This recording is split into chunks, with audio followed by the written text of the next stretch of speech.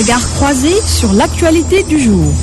Point de vue sur la décision de l'opposition de bloquer le fonctionnement de l'Assemblée nationale. Qu'est-ce que vous en pensez? Vous avez la parole. Parole aux auditeurs. L'actualité, qu'en pensez-vous? Moi, je pense que vous devez. Réagissez dans nos éditions d'information sur l'actualité. Bonjour. Oui, bienvenue sur cette antenne de RFM. Du lundi au vendredi, vous avez la parole sur RFM. Décide de bloquer le fonctionnement de l'Assemblée nationale. Pourquoi cette attitude et cette décision? Merci beaucoup. Permettez-moi tout d'abord de saluer tous vos auditeurs. Nous avons effectivement pris cette décision de ne plus laisser se tenir une séance à l'Assemblée nationale au niveau de la conférence des leaders pour être rétablis dans nos droits du fait que la décision qui nous les a prise aujourd'hui et qui a été prise par le président Macky Sall est une décision éminemment politique, voire politicienne. Il n'y a aucune base légale sur laquelle, je le précise, les tenants du pouvoir peuvent s'appuyer pour déclarer irrecevable le groupe des libéraux et démocrates que nous avons déposé en bonne et due forme, où se retrouvent les députés du PDS, de Réunis, de AJ/PADS et de l'UCS pour matérialiser la volonté que les leaders de l'opposition ont et qui consiste à avoir un instrument fort au niveau de l'Assemblée pour colporter et porter les préoccupations des Sénégalais et amener l'État à y apporter de vraies réponses. Oui, il y a Moustapha Diakhaté qui a répliqué en disant que vous voulez brûler l'Assemblée nationale. C'est vous-même qui allez vous brûler. Oui. Qu'est-ce que vous pensez de cette réplique?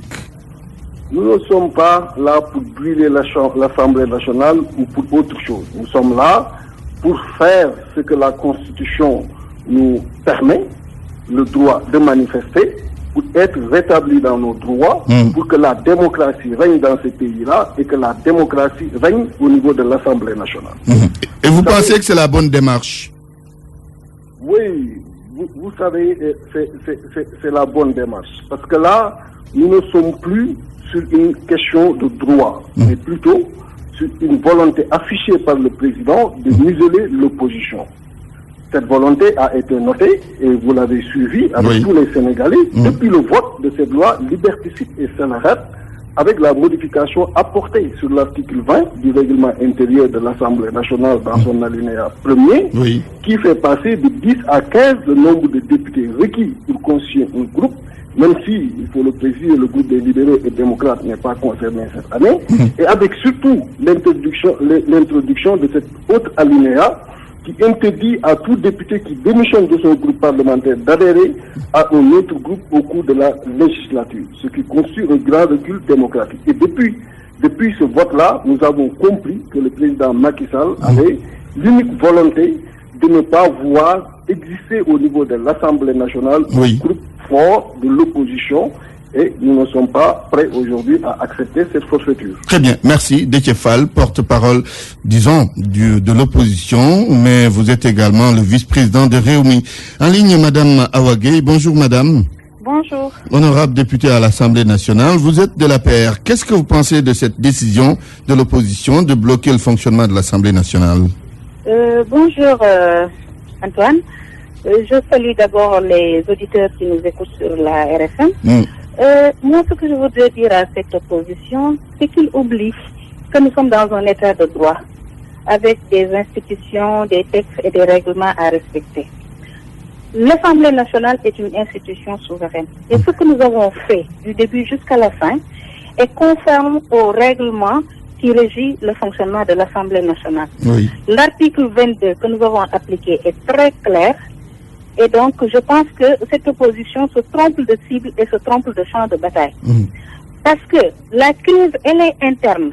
Ça n'a rien à voir avec le fonctionnement de l'Assemblée nationale. Ça n'a rien à voir aussi avec la majorité qui est au pouvoir. C'est une crise interne et il ferait mieux de s'asseoir, de discuter pour essayer de trouver des solutions à cette crise qui est interne. Sauf qu'on vous accuse d'appuyer Modou Diagne Fada dans son combat au sein de son propre parti. Bon, je l'ai dit tout à l'heure, c'est un combat qui n'a rien à voir avec le PR et qui n'a rien à voir avec la majorité Benno Bokk Yakaar qui gouverne. Le combat, c'est au sein du PDS. Parce qu'au lendemain des élections présidentielles, le PDS a volé en éclats. La preuve, le dernier Premier ministre, il est parti, il a créé son parti et il n'est pas dans l'APR. L'ancien président du Sénat, il est parti, il a créé son parti, il n'est pas dans l'APR. En même temps, vous avez récupéré des militants du PDS. Allô? Je dis en même temps, vous avez récupéré des militants du PDS, non? Oui, bien sûr, parce que nous sommes quand même dans un état de droit et la liberté d'association est donnée par la Constitution. Oui, allez-vous faire face à cette opposition décidée aujourd'hui?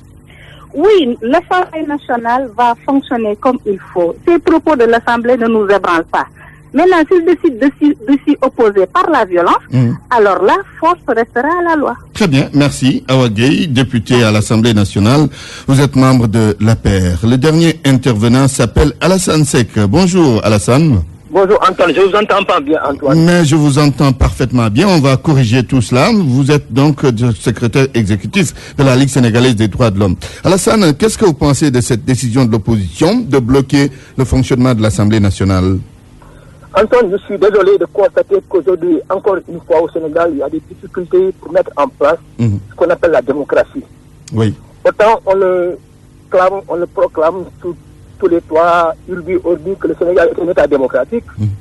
Autant dans les faits, dans les actions de tous les jours, nous voyons quelque peu un recul. Parce que justement, sur les principes et dans l'esprit, on ne peut pas imaginer aujourd'hui qu'un président du groupe parlementaire ne soit pas autorisé par sa base, sa coalition. Donc que quelqu'un se proclamant président d'un groupe parlementaire puisse être accepté par l'Assemblée, c'est parce que l'esprit déjà est totalement faussé. Ça, c'est un premier constat de voir qu'aujourd'hui, il y a beaucoup de manipulations, beaucoup d'actes politiciens qui, à la limite, affaiblissent l'opposition et qui, à la limite, créent ce qu'on appelle la loi du plus fort, la loi de la jungle. Les gens sont dans une majorité absolue, 130 députés à peu près. Donc aujourd'hui, accepter que cette minorité-là, cette opposition-là, soit incapable de créer un groupe parlementaire normal, ça pose problème. Oui, c'est vrai qu'il y a des manipulations politiques, si vous voulez, des manœuvres politiques, mais qu'est-ce que vous dites de la loi, le règlement intérieur de l'Assemblée nationale par rapport à la constitution d'un groupe parlementaire? Mais c'est ça le débat. Moi, je ne suis pas juriste, mais sur les principes, si on voit une modification qui va à l'encontre de l'évolution démocratique, si on diminue le nombre de députés pour un groupe parlementaire, alors qu'il était souhaitable d'avoir 4, 5, 6 groupes parlementaires. Donc c'est désolé, c'est regretter cette situation qui oblige l'opposition à travailler avec un seul groupe parlementaire, même s'ils sont 15. Ça, c'est le premier constat, donc d'un recul de démocratie, parce qu'en 2001, on avait évolué, on est passé donc de 12 députés, je pense, à 10, pour permettre à l'opposition d'avoir 2 ou 3 groupes parlementaires. Donc c'est une façon de laisser l'expression démocratique, l'expression de l'opposition. Et ça, quelque part, il y a un recul. D'autre part, de façon systématique, avoir ce qu'on appelle la majorité mécanique pour que tous les desiderata de l'exécutif soient exécutés à la lettre, c'est un constat. Si aujourd'hui on constate que le président, sans gêne, convoque les députés au palais de la République pour donner des indications, ça, quelque peu, ça gêne sur l'esprit démocratique. C'est vrai, il y a des problèmes de fond. Maintenant, parlons de la démarche de l'opposition en tant que telle. Est-ce que c'est acceptable que l'opposition bloque la deuxième institution du pays? C'est pas souhaitable. Je pense que l'opposition, dès lors qu'elle a déposé une plainte donc contre le président actuel du groupe parlementaire ou le soi-disant président du groupe parlementaire, la plainte est déposée sur la table du procureur. Et c'est bon que l'opposition attende la réaction donc de l'appareil judiciaire et ne devrait pas tomber donc dans les travers d'une quelconque violence. Donc, ça c'est la limite, c'est le minimum d'une démarche normale, démocratique, que l'opposition devrait donc emprunter au lieu d'aller donc vers un affrontement qui peut aller sur le plan physique à leur détriment forcément. Très bien, merci Alassane Seck. Je rappelle que vous êtes le secrétaire exécutif de la Ligue sénégalaise des droits de l'homme. La météo avant de boucler cette édition.